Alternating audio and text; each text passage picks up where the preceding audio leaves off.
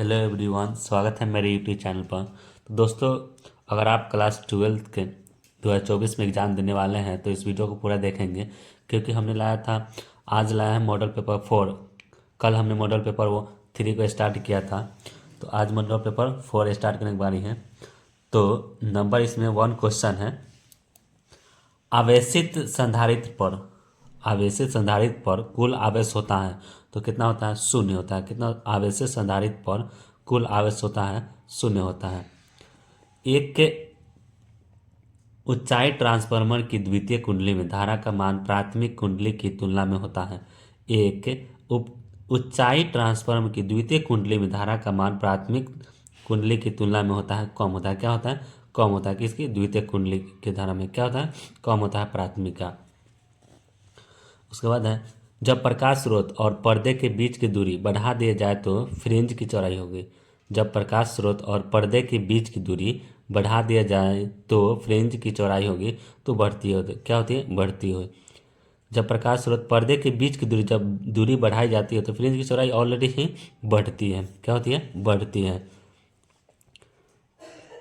प्रकाश अनुप्रस्थ तरंग है क्योंकि यह प्रदर्शित करता है। प्रकाश अनुप्रस्थ तरंग है क्योंकि यह प्रदर्शित करता है। क्या करता है? ध्रुवन करता है। क्या करता है? ध्रुवन। प्रकाश अनुप्रस्थ तरंग है क्योंकि यह प्रदर्शित करता है, ध्रुवन को प्रदर्शित करता है। उसके बाद है, एक ही तरंगदैर्घ्य के इलेक्ट्रॉन तथा प्रोटॉन की कौन सी भौतिक राशि समान है? तो संवेग का क्या होता है? तरंगदैर्घ्य के इलेक्ट्रॉन तथा प्रोटॉन की भौतिक क्या है? समान होगी। क्या होगी? समान होगी। उसके बाद है, पी प्रकार के अर्धचालकों के लिए तत्व के रूप में प्रयोग किया जाता है तो बोरॉन किया जाता है। क्या किया जाता है? बोरॉन। पी प्रकार के अर्धचालकों के लिए अशुद्ध तत्व के रूप में प्रयोग किया जाता है तो बोरॉन का किया जाता है। किसका? बोरॉन का। उसके बाद है, UHF आवृत्ति का तरंग प्रायः किससे संचारित होती है? UHF आवृत्ति का तरंग प्रायः कैसे संचारित होती है? तो आंतरिक तरंग से संचारित होती है। कैसे? आंतरिक तरंग से संचारित होती है। उसके बाद, आवेश का परिमाणीकरण दर्शाता है तो आवेश जो इलेक्ट्रॉन पर आवेश का एक अंश संभव नहीं है, क्योंकि इलेक्ट्रॉन पर यानी एक आवेश पर एक इलेक्ट्रॉन संभव नहीं है। क्या है? संभव नहीं है। इसके बाद, विभव मापी से मुख्यतः क्या मापा जाता है? विभव मापी से मुख्यतः क्या मापा जाता है? तो विभवांतर मापा जाता है। विभव मापी से क्या मापा जाता है? विभवांतर मापा जाता है। क्या मापा जाता है? विभवांतर मापा जाता है। पूर्ण आंतरिक परिवर्तन की स्थिति में परिवर्तन गुणांक का मान होगा। पूर्ण आंतरिक परिवर्तन की स्थिति में परिवर्तन का गुणांक का मान कितना होगा? तो होगा 1 होगा। पूर्ण आंतरिक परिवर्तन की स्थिति में क्या, यानी स्थिति में रहेगा तो क्या रहेगा? उसका मान 1 होगा। क्या होगा? 1 होगा। हवा में एप्सिलॉन आर का मान होता है। हवा में एप्सिलॉन का आर मान होता है तो कितना होता है? 1 होता है। एप्सिलॉन आर का मान कितना होता है? तो 1 होता है। कितना होता है? 1 होता है। निम्नलिखित में कौन सा संबंध है? तो वेक्टर ई बराबर वेक्टर एफ बटे क्यू होता है। क्या होता है? वेक्टर ई बराबर वेक्टर एफ बटे क्यू होती है। उसके बाद, एक एकांकी चालक के लिए निम्न में से कौन अनुपात अचर होता है? एक एकांकी चालक के लिए निम्न में से कौन सा अनुपात अचर होता है? तो होता है कुल आवेश बटे विभव होता है। क्या होता है? कुल आवेश बटे विभव होता है। कुल आवेश बटे विभव होता है। उसके बाद, किसी आवेशित खोखले गोलाकार, यानी जहां भी खोखले गोलाकार रहेगा तो उसका कितना मान होगा? 0 होगा। कितना होगा? 0 होगा। खोखले गोलाकार रहेगा तो उसका मान कितना होगा? 0 होगा। उसके बाद, एक आवेशित चालक के क्षेत्र आवेश घनत्व सिग्मा है, जो छोटी सिग्मा है, इसके आवेश पर विद्युत क्षेत्र का मान होता है तो छोटी सिग्मा बटे इप्सिलॉन नॉट होती है। छोटी सिग्मा बटे इप्सिलॉन नॉट होती है। कितना होती है? छोटी सिग्मा बटे इप्सिलॉन नॉट होती है। आर त्रिज्या की पृथ्वी की विद्युत धारिता होती है। आर त्रिज्या की पृथ्वी की विद्युत धारिता होती है तो 4 पाई एप्सिलॉन नॉट आर होती है, बड़ी आर होती है। 4 पाई एप्सिलॉन नॉट बड़ी आर होती है, यानी बड़ी आर है तो बड़ी आर होगी। 4 पाई एप्सिलॉन नॉट आर होती है। इसके बाद, किसी सूक्ष्म विद्युत द्विध्रुव के मध्य बिंदु से बहुत दूर आर दूरी पर विद्युत विभव समानुपाती होता है। तो किसी सूक्ष्म तक कम छोटा विद्युत द्विध्रुव के मध्य यानी बीच में बहुत दूर आर दूरी पर विभव मापिक समानुपाती होता है। किसका समानुपाती? यानी दूरी आर दूरी पर है तो समानुपाती दूरी 1/r² के समानुपाती होता है। कितने? 1/r² के समानुपाती होता है। कौन? विद्युत द्विध्रुव के मध्य में कौन होता है, 1/r² होती है। उसके बाद धातु का परावर्तनांक होता है, धातु का परावर्तनांक कितना होता है, तो इन्फिनिटिव होती है। क्या होती है, इन्फिनिटिव। धातु का परावर्तनांक कितना होता है, यानी अपरिभाषित बोल सकते हैं या इन्फिनिटिव बोल सकते हैं। क्या बोल सकते हैं, इन्फिनिटिव अपरिभाषित धातु का परावर्तनांक। उसके बाद है प्लस 10μc एवं -10μc के दो बिंदु आवेश वायु में परस्पर 40 सेमी की दूरी पर रखे हैं। निकाय के विद्युत स्थिति ऊर्जा होगी तो -2.25 जूल होगी, यानी जैसे जूल होते -2.25 जूल होगी। कितना होगा, -2.25 जूल होगी।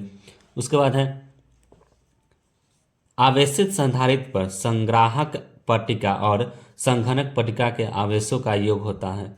आवेशित संधारित्र पर संग्राहक पट्टिका और संघनक पट्टिका के आवेशों का योग होता है तो कितना होता है, 0 होता है। कितना, संग्राहक पट्टिका और संघनक पट्टिका के योग यानी दोनों को जोड़ के क्या होता है, तो 0 होता है। क्या होता है, 0 होता है। उसके बाद 1 एम्पियर बराबर होता है, 1 एम्पियर बराबर होता है तो 1 कूलम/सेकेंड होता है। कूलम/सेकेंड सी लिख सकते हैं, यानी s⁻⁻1। 1 एम्पियर बराबर कितना है, कूलम/सेकेंड होता है। उसके बाद है किसी चालक के संवहन वेग vd तथा आरोपित विद्युत क्षेत्र E के बीच संबंध होता है तो vd समानुपाती E होता है। क्या होता है, vd समानुपाती E, यानी संवहन वेग समानुपाती आरोपित विद्युत क्षेत्र होता है। किसी बंद परिपथ के किसी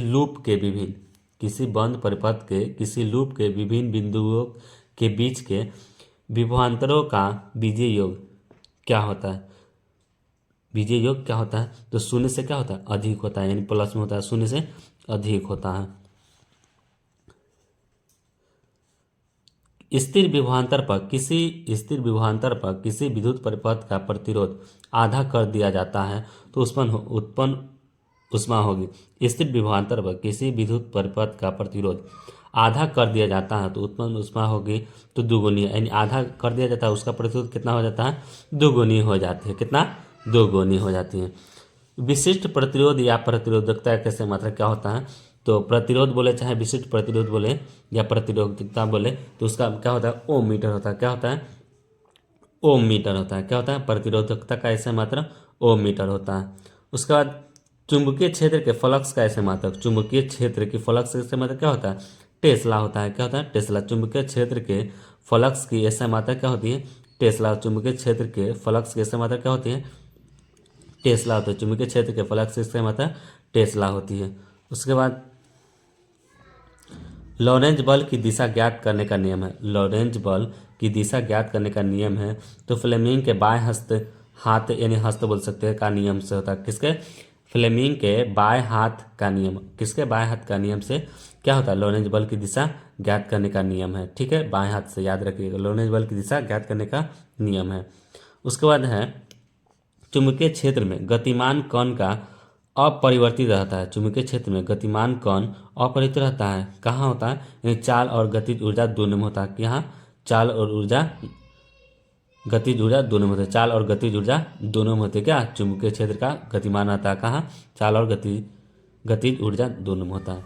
उसके बाद है एक गैल्वेनोमीटर में शंट का उपयोग किया जाता है तो एक यानी गैल्वेनोमीटर में शंट का उपयोग किया जाता है तो क्या चीज़ उपयोग किया जाता है, तो गैल्वेनोमीटर उच्च धारा से उसकी सुरक्षा के लिए किया जाता है। जहाँ उच्च रहेगा उसके क्या होती है, उसकी सुरक्षा के लिए गैल्वेनोमीटर शंट का उपयोग किया जाता है। किसका, गैल्वेनोमीटर का उपयोग किया जाता है। उसके बाद आपका नेक्स्ट है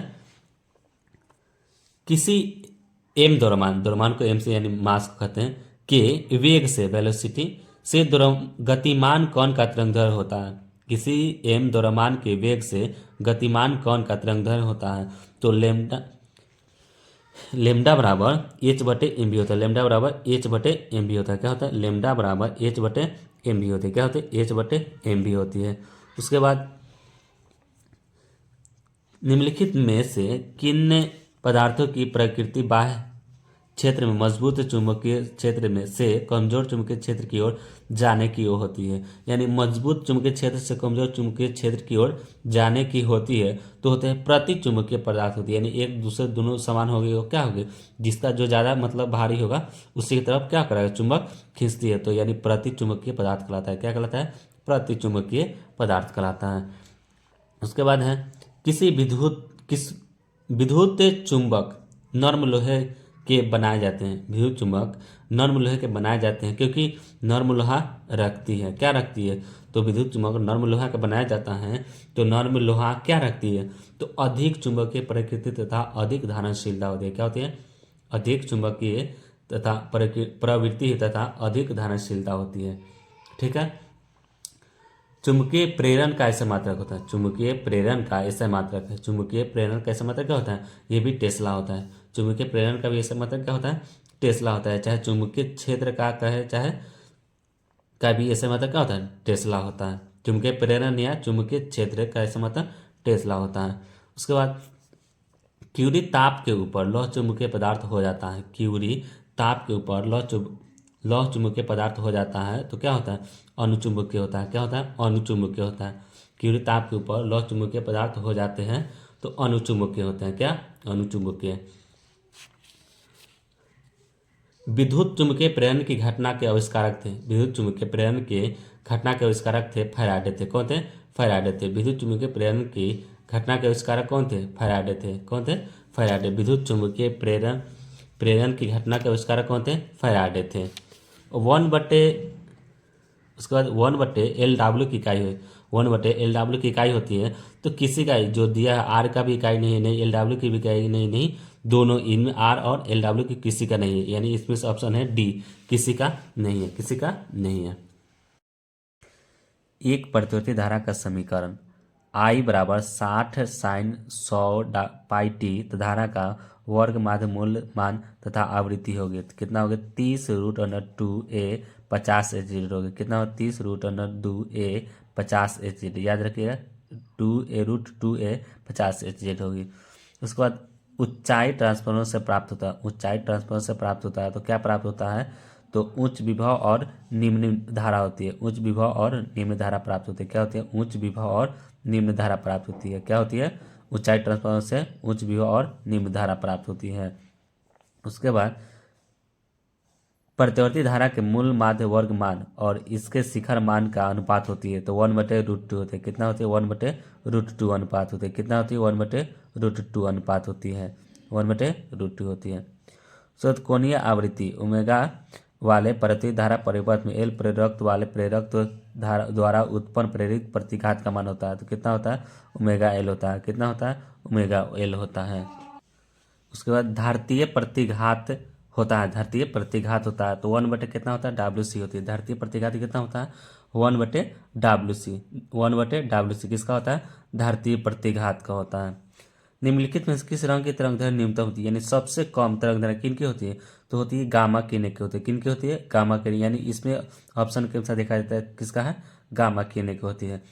वस्तु से बड़ा आभासी प्रतिबिंब बनता है तो वस्तु से बड़ा यानी बड़ा प्रतिबिंब बनता है किसमें, आभासी और बड़ा बनता है तो अवतल दर्पण से बनता है। याद रखो दर्पण, अवतल लेंस नहीं, अवतल दर्पण में प्रतिबिंब बनता है।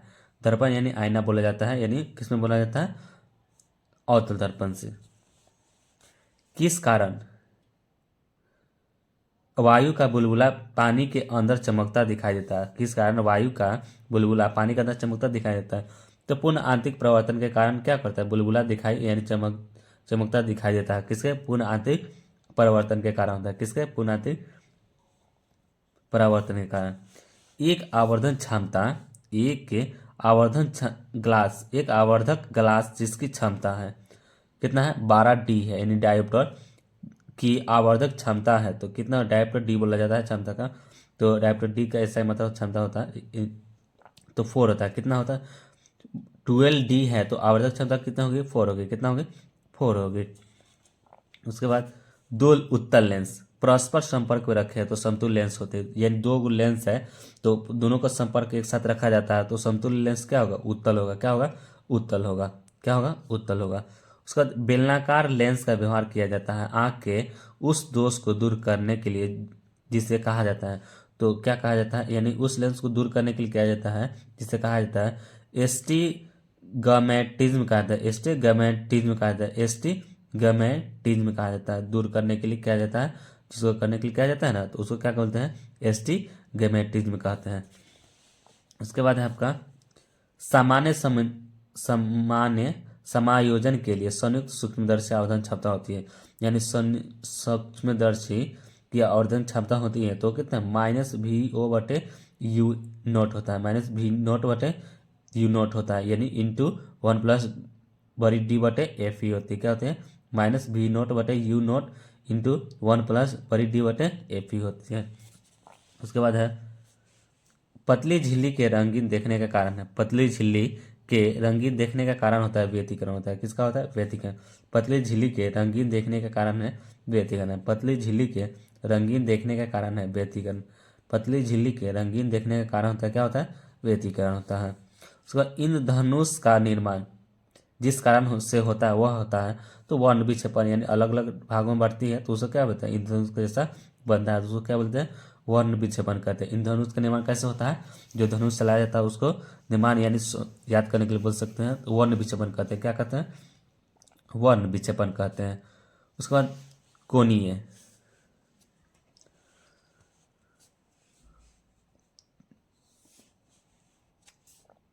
कोणीय वर्ण विक्षेपण बराबर होता है। कोणीय वर्ण विक्षेपण बराबर होता है तो म्यू भी माइनस म्यू आर इंटू ए होते हैं। क्या होते हैं, म्यू भी माइनस म्यू आर इंटू ए होती है। कोणीय वर्ण विक्षेपण बराबर होता है, क्या होता है, म्यू भी माइनस म्यू आर इंटू ए होता है। म्यू भी माइनस म्यू आर इंटू ए होती है। किसकी, कोणीय वर्ण विक्षेपण बराबर होता है, क्या होता है, म्यू भी माइनस म्यू आर इंटू ए होती है। म्यू भी माइनस म्यू आर इंटू ए याद रखिए, यानी भी आर, याद रखिए भी आर माइनस में। एक स्वस्थ व्यक्ति के आंख के लेंस की फोकस दूरी लगभग होती है तो 2 सेमी होती है, यानी 2 सेमी होती है। कितना होती है, 2 सेमी। एक स्वस्थ व्यक्ति के आंख के लेंस की फोकस दूरी लगभग होती है तो 2 सेमी होती है। कितना होती है, 2 सेमी होती है। प्रकाश के कणिका सिद्धांत के प्रतिपादन किया था। प्रकाश के कणिका सिद्धांत के प्रतिपादक थे तो कौन थे, न्यूटन थे। यानी न्यूटन ने प्रकाश के क्या दिया था, कणिका सिद्धांत के प्रतिपादन किए थे। कौन के, न्यूटन किए थे। जीवाश्म की आयु का पता की जाती है। जीवाश्म की आयु की पता की जाती है तो कैसे की जाती है, तो कहते हैं कार्बन डेटिंग से किया, इन डेट से क्या है, जीवाश्म की आयु का पता कैसे लगता है, कार्बन डेटिंग से क्या करते हैं, जीवाश्म की आयु की पता लगती है कैसे, कार्बन डेटिंग से लगती है। कैसे से, कार्बन डेटिंग से। किस चीज से, कार्बन डेटिंग से। किसी विकिरण के एक क्वांटम को जिसमें एक निश्चित ऊर्जा होती है उसे कहते हैं, यानी किसी भी किरण में, क्वांटम में जिसे एक निश्चित ऊर्जा होती है उसे क्या बोलते हैं, फोटोन बोलते हैं। क्या बोलते हैं, फोटोन बोलते हैं। क्या बोलते हैं, फोटोन बोलते हैं। विकिरण के क्वांटम में जिसमें निश्चित ऊर्जा होती है ना, उसे क्या बोला जाता है, फोटोन बोलता है। क्या बोला जाता है, फोटोन बोला जाता है। उसके बाद आपका 57 आपका है फोटोन की ऊर्जा है। फोटोन की ऊर्जा यानी फोटोन में निश्चित होती है ना ऊर्जा, इसी में फोटोन एक ऊर्जा है तो एच भी होती है। क्या होती है, एच भी होती है। क्या होती है, एच भी होती है। क्या होती है, फोटोन की ऊर्जा है तो एच भी होती है। फोटोन की ऊर्जा एच भी होती है। क्या होती है, एच भी। याद रखिए फोटोन की ऊर्जा क्या है, एच भी है। प्रकाश विद्युत सेल है। प्रकाश विद्युत सेल है तो प्रकाश को विद्युत में बदलता है। क्या करता है, प्रकाश को विद्युत में बदलता है कौन, प्रकाश विद्युत सेल। ये जो सेल है क्या करता है, विद्युत सेल में बदलता है। निम्न में से किस धातु का विद्युतीय कार्यफलन न्यूनतम है, यानी किस धातु को कार्यफलन जो न्यूनतम है, तो सोडियम का। यानी सोडियम को चाकू से भी काटा जाता है, याद रखिएगा।